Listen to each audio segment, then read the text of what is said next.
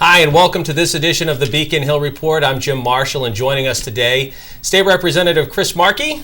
Welcome. 9th Bristol District. That's correct. Who represents Dartmouth and New Bedford in the state legislature. You are, like most of the reps in the area, you represent more than one community, which is probably exciting in some ways and tough in others, but I would imagine it's a good thing. It is. It gives you the perspective of the different. It's a microcosm of the Commonwealth.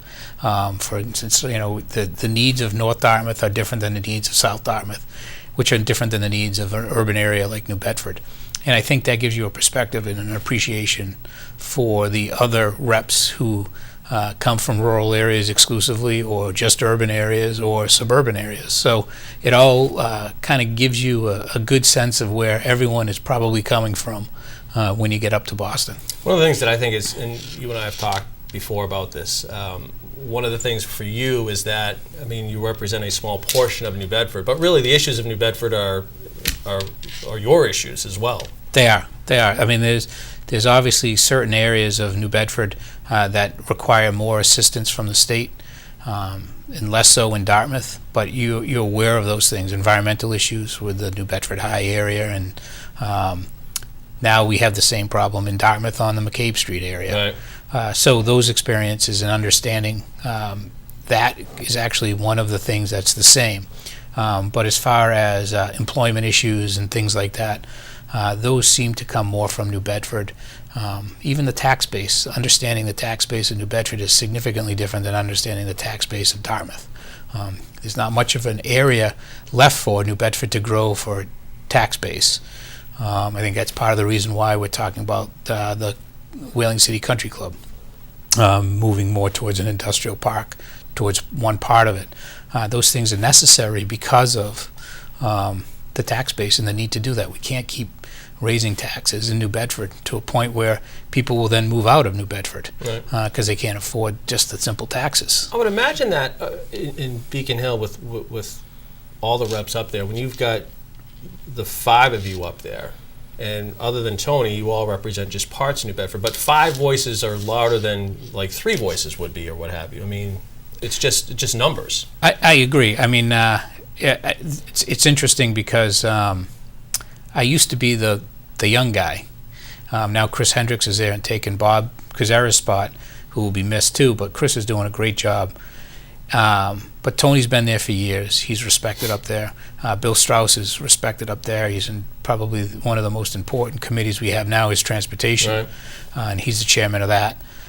And then Paul Schmidt has done a really good job with the farming and promoting the farming and the environmental issues. So we all have our own little specialty that we work on. So I think in the end, it's a great idea to have 5 people coming from one location to say, hey, this is what we're fighting for. And then you got Senator Montigny, who does a great job as well. It must be the diversity of the issues that you face. You were kind of touching on that too. You've got the farming issues. You have farming issues in Dartmouth. Yes. Then you have really urban issues in New Bedford. So I guess no day is the same when you go up there. That must make it exciting to do that. Yeah, it is. Well, first, Dartmouth is, I think it's the 2nd largest geographic town in the Commonwealth. Behind Plymouth. Plymouth is number Right. 1. I think we're number 2. And that encompasses large amounts of farm area. And they're proactive farmers too. You got there's a whole, Darren from Sylvan Nursery, Fred Dabney, just a couple of people. Then you have all these CSAs in Dartmouth. Those are all people who are really committed to trying to do sustainability issues. So they're active, involved in that. Stuff that I didn't know about. I grew up in New Bedford. I had no clue on that stuff. And when I decided to run, that was the first thing I did was I reached out to Fred and Sue Garducci, who's a big promoter of farming in the Commonwealth, who lives in Dartmouth. So that whole group that got together, and I listened to what they had to say, and I learned a ton in the importance of farming in our community. But it is the huge diversity in relation to the issues. I know education is a huge issue in New Bedford right now. Less so in Dartmouth, although there's school choice that's being debated kind of each year. and seeing how that goes. But the number of students down in Dartmouth allow for school choice, so we have kids from Westport, kids from New Bedford coming into Dartmouth High School. It seems to be working okay. I don't, there's drawbacks to it, and then there's positives to it as well. And we talk about, obviously, we'll talk about school choice, or not school choice, but the school issues. But what are some of the priorities? I mean, obviously, the session is already underway, but what are some of the things that you primarily are focused on here for this session? I like to try to do things that I actually know a lot about. So criminal justice issues, I had spent 16 years in the DA's office, so I feel like I'm very comfortable talking about those things. Last term, we did a big criminal justice reform bill, which I thought was very good. There's bits and pieces that are a problem, I think, but overall, it was a good bill to get done.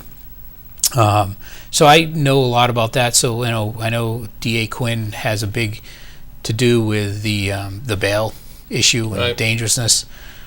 He and I might not agree on all of it, but the idea that that's something that I want to try to keep an eye on. I've actually filing an amendment to the budget to have a task force that brings in all the stakeholders for the opportunity to talk and try to figure out what would work and what wouldn't work and what changes we would need to make to either regulations or to the statutes. And hopefully that could pass during this budget, which would be in a couple weeks. Is your philosophy too that if you have an issue, if you can, and you talked about the criminal justice reform, where overall you thought it was a good bill, there's some things that you didn't get, but you're okay with that. You're okay with the 80% versus whatever. Absolutely. I think that's the biggest problem with what's happening in Washington. It happens every day. I mean, these Twitter feeds are it's ridiculous. Everyone, I call it everyone wants the participation trophy. They want attention to themselves, promote themselves, and then they bring down everybody instead of looking at things and saying, what are the things we agree on, and let's work towards those. Rome wasn't built in a day, and people want instant gratification, instant results, and I just don't have a desire to do that. That's not in my DNA to do that. I just look at a problem and say, okay, what's the best we can do out of this? Continue to advocate, don't give up on it, but understand that you can't always get what you want. I think if there's one thing in Massachusetts that we're doing really well is I think we do a very good job of bringing in everybody under the umbrella. The Republicans come in, even though they're a significant minority, they still participate in the process, and I think we'll listen to them and what their concerns are. Well, you have the governor and the lieutenant governor who are Republicans too. So. They are. And they seem to have, just from the outside looking in, they seem to have a relationship with the delegation. They do, and I think they're smart enough to know that you can go so far. I think that's what the governor's position is hey, listen, I know I have to work with an opposition that is a significant majority in both the Senate and the House, and I need to get some things done. But he also puts a check on things as well. I mean, I think yesterday was the first veto override on lift the cap on children. It passed 159 to 1. In fact, actually, the one dissenting was a Democrat. So the idea is that I think when you have the governmental agencies as well as the different branches of government working together, things happen. And there's you look at Massachusetts, number one in education. Even in our criminal justice system, there's lots of talk of mass incarceration. There isn't mass incarceration in Massachusetts like other states. We're already far ahead of what Alabama was like, what Georgia was like, South Carolina, Texas, where they saw vast improvements over the last decade in population of prisons going down. They had horrible laws that didn't give people a second chance, that had excessive sentences. We don't have that here, but there's definitely improvements we can do to that. We were talking with State Representative Chris Markey on this edition of the Beacon Hill Report. You talked about education. Obviously, that's a huge issue on Beacon Hill with the education funding formula. I know that the House budget came out yesterday and addressed it. I know the governor had his version.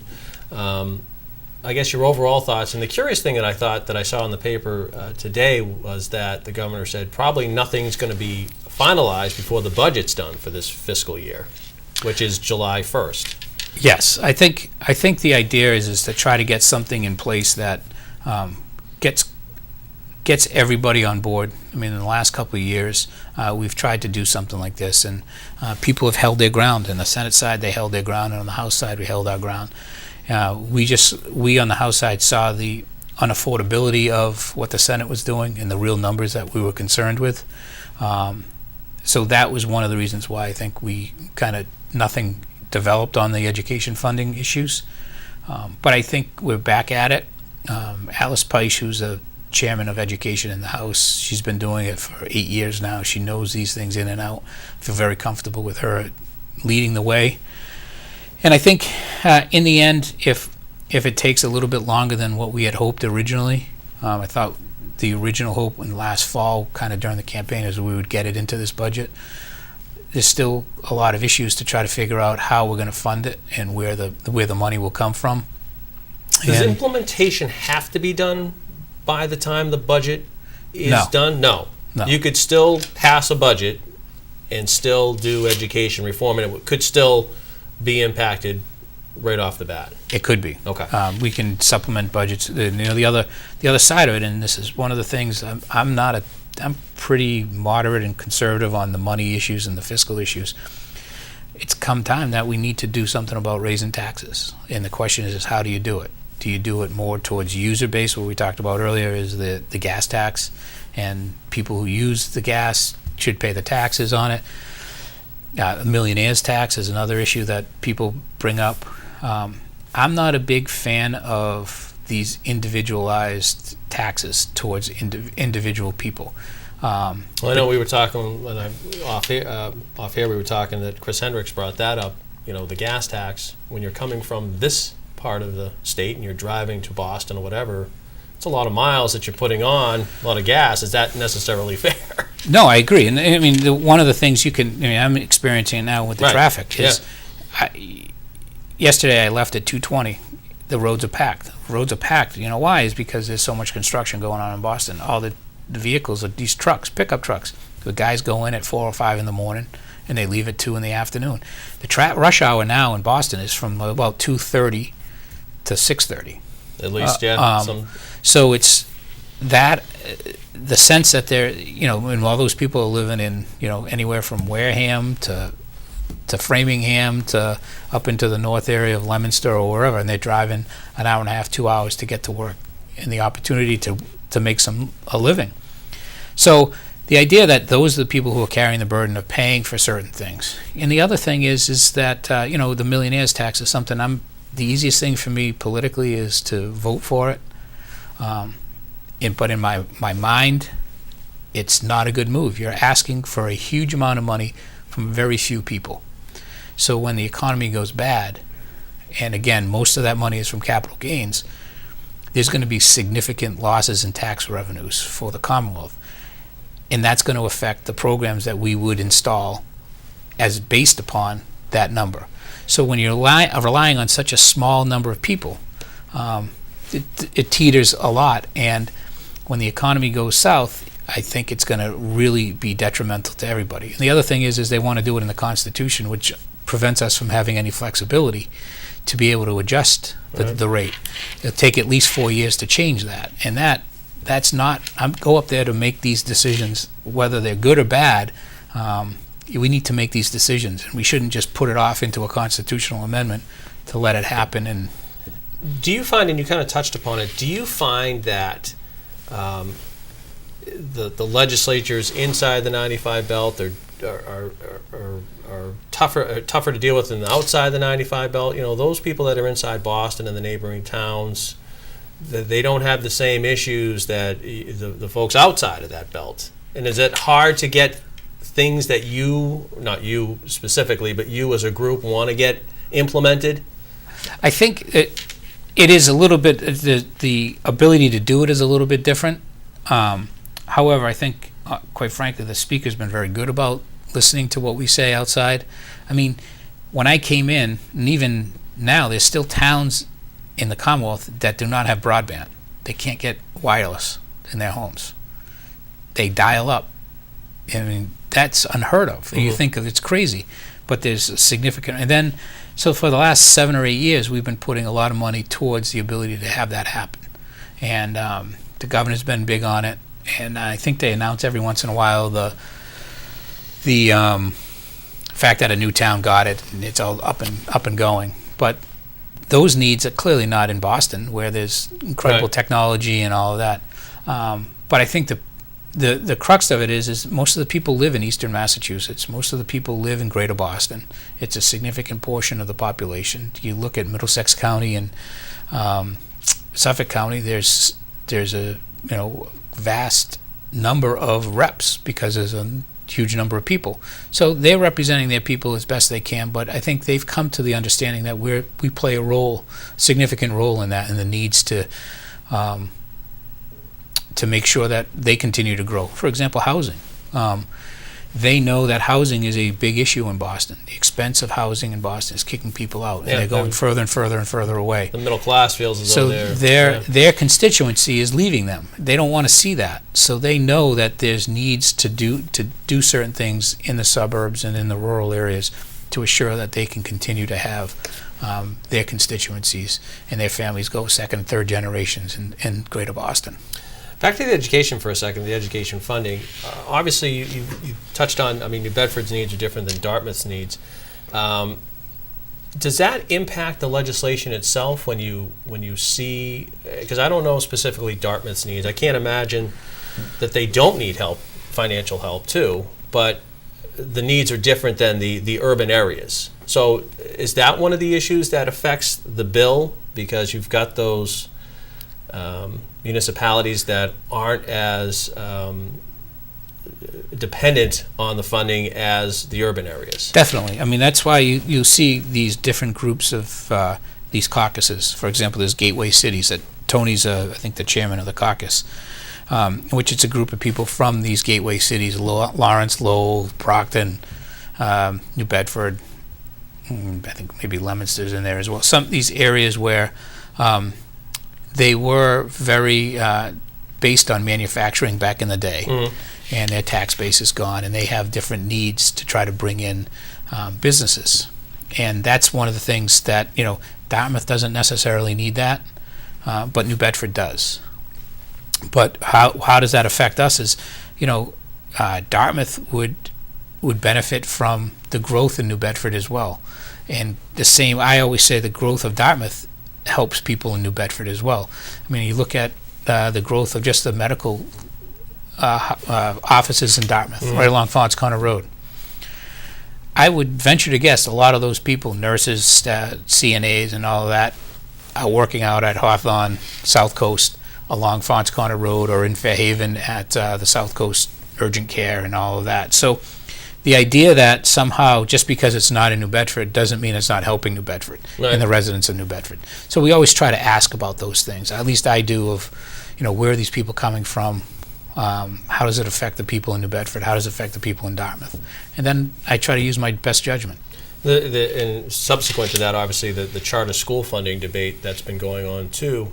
Again, another issue that doesn't necessarily affect Dartmouth or communities of that size, but the urban areas are greatly affected by that. But still, as you're looking at that issue from your standpoint, well, again, what's good for New Bedford is good for Dartmouth too. Yes, absolutely. And I think that the charter school thing is obviously a big issue. I think it's actually tonight they're going to be voting on the agreement between DESA and the city, and so those things you're always trying to keep an eye on.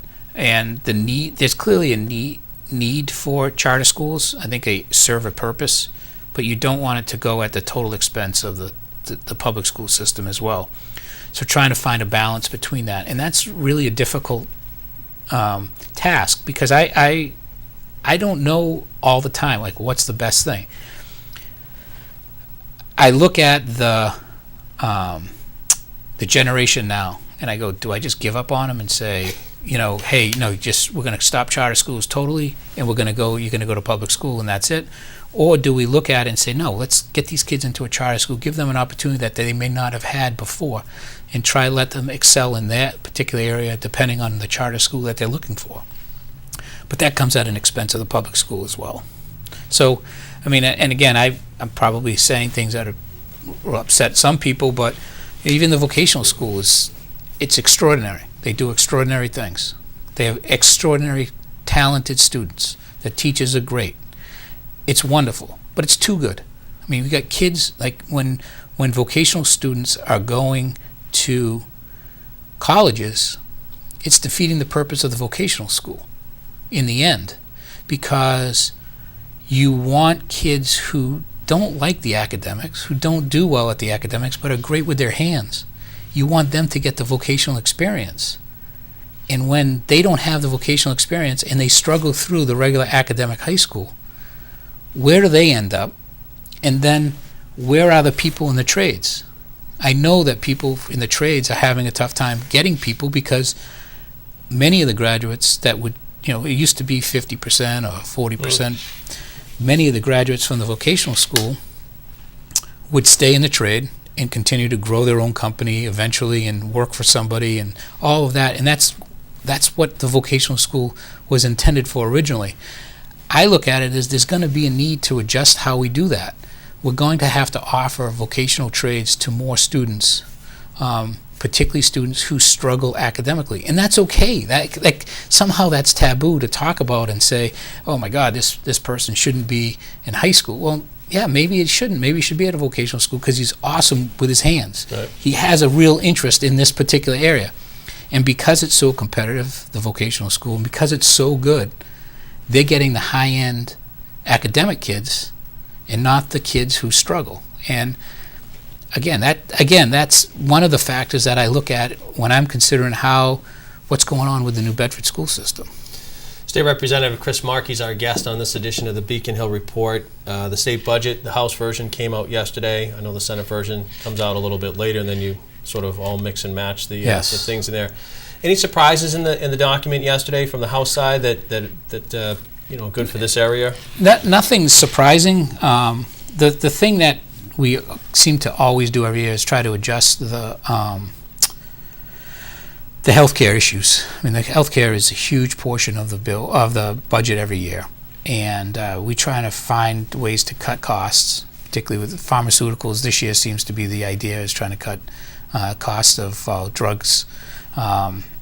So that's one thing that I think you'll see debated and discussed throughout, is to see how that kind of develops, hopefully cutting those costs down or the growth of those costs. The interesting thing with the state budget, from my knowledge, is, arguably 2/3 of the budget you as a body can't touch. You can't cut. It's fixed costs.